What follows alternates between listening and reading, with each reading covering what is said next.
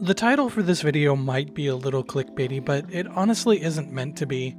It's probably going to be something like my biggest mistake, and you're probably going to come in expecting me to talk about how much I dislike the series. But if you've been on my Twitter in the last month or so, you'd know that to not be the truth. So if you're here to listen to me rip into Black Clover, you're going to leave disappointed. This isn't that video. I remember a couple of years ago when Black Clover was just starting to air, and how almost everyone that talked about it talked about how over the top and ridiculous the series was. And then I proceeded to make the biggest mistake of my anime watching career to date. I watched the first 2 or 3 episodes and immediately dropped it, agreeing with many of the detractors saying how annoying the loudmouth protagonist was. And then on a whim, I picked it back up nearly 4 years later with fresh eyes and only vague memories of how much I hadn't liked it when I'd tried to watch it before. And almost instantly realized how much of an idiot I was. Even the relationship between Asta and Yuno is the most refreshing rivalry I've seen in quite some time from a shonen series. Never for a single moment did I think I would be so surprised by how much I instantly loved the series. And there was a nagging feeling for a large part of my binge watch, something I just couldn't quite place at first. Why didn't I like it to begin with? What had actually kept me from liking it to begin with when it first came out? I realized it couldn't be because I found Asta annoying. Naruto in many ways was very similar to him. I enjoyed the rivalry between Yuno and Asta far more than I had ever enjoyed the rivalry between Naruto and Sasuke, even into the ending of Shippuden. And this was just my impressions from less than 200 episodes, compared to the more than 700 episodes of OG Naruto and Shippuden combined. And then it hit me. Why exactly I had disliked Black Clover. And it wasn't even because of Black Clover, oddly enough. Well, I suppose it isn't even that odd, really. The reason I'd been so reluctant in watching, and more importantly, enjoying thereof, stemmed directly from how much complaining I had heard from others saying it was so bad. How annoying Asta was, how it was just a blatant ripoff of Naruto and so many other shonen series. I had allowed the impressions and opinions of a few malcontents to negatively influence my own impressions of what I thought I was going to get out of the series. It's a weird experience to have the luxury to be able to write this out and put into words nearly half a decade later, and even odder to be able to see the distinct break between the atmosphere around Black Clover then and the atmosphere now.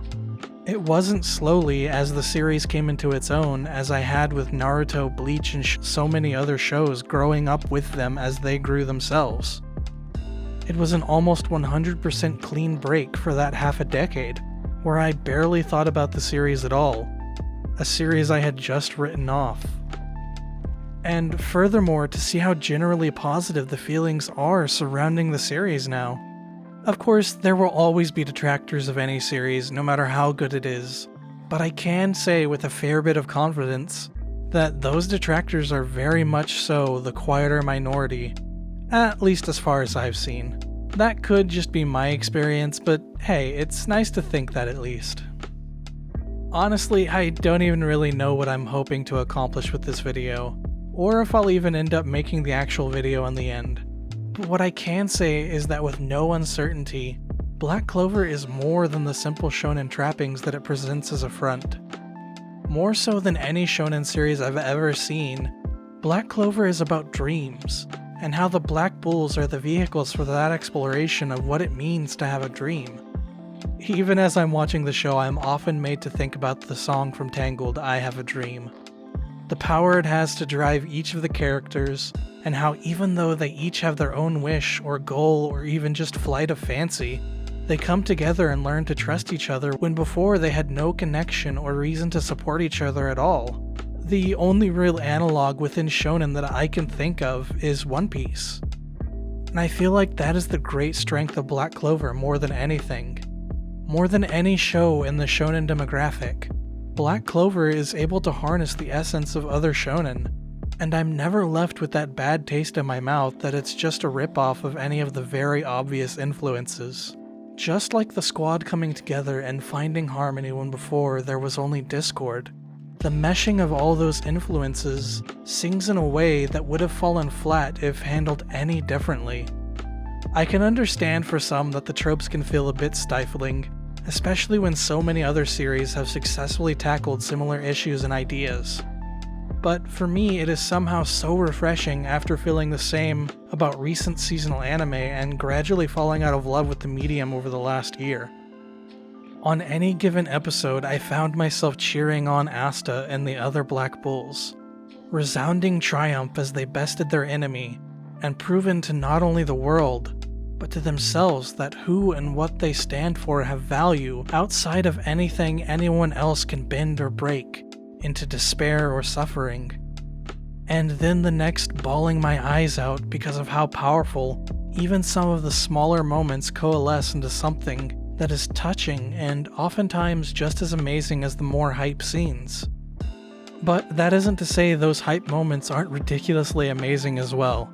Watching Asta stand tall, well, as tall as a pint-sized knight can stand anyways, and defiantly declare that he isn't done yet. I feel emotional every damn time. Just something so powerful seeing someone who started with so little to become something nearly every Magic Knight respects, at least his tenacity if not his station. To becoming someone even nobles and royalty are willing to defend, their own necks on the line because of it.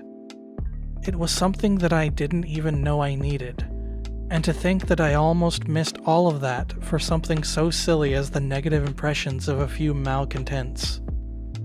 And that really is my biggest mistake. I hope you all enjoyed this much more stream of conscious video. I have some big things planned for the near future, so I hope you all stick around to find out what's going to come next. And as always, have a great day, my dudes.